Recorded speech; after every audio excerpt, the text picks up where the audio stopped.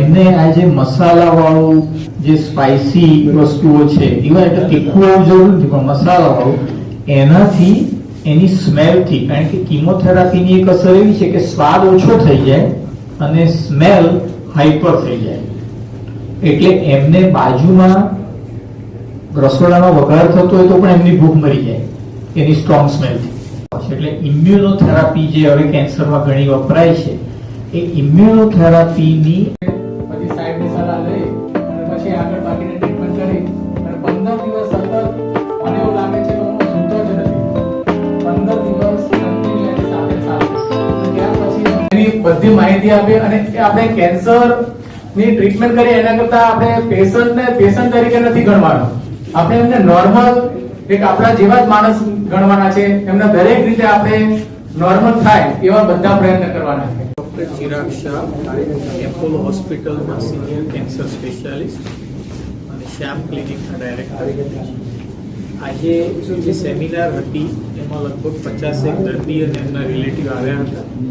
એનો ખાસ હેતુ એ હતો કે દર્દીઓને અને એનાથી પણ વધારે એમના રિલેટિવ જે કેર ગીવર, એના શું ઇસ્યુઝ હોય છે, એને કઈ રીતે હેન્ડલ કરવાના, એ લોકો પોતાના આહાર, વિહાર અને વિચાર ઉપર કઈ રીતે ફોકસ કરી અને સારી હેલ્થ મેન્ટેન કરી શકે, પોતાની ટ્રીટમેન્ટ સારી રીતે પૂરી થઈ શકે અને એમ કરતાં એમને ઓછામાં ઓછી તકલીફ પડે એ પર્પઝથી આજની સેમિનાર કરી હતી.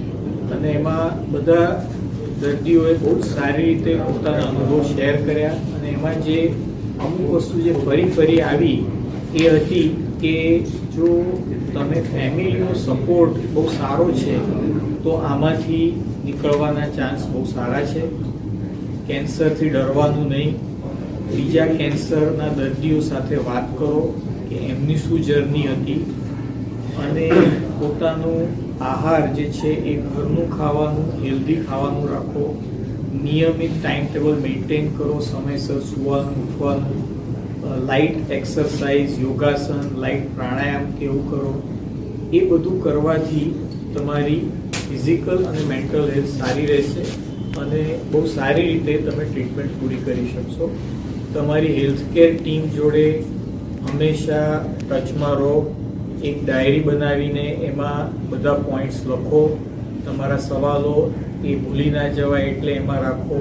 બધી વિગતો કઈ રીતે સમયસર કયા સમયે શું ટેસ્ટ થયા છે, શું ટ્રીટમેન્ટ થઈ છે, એની વિગત રાખો.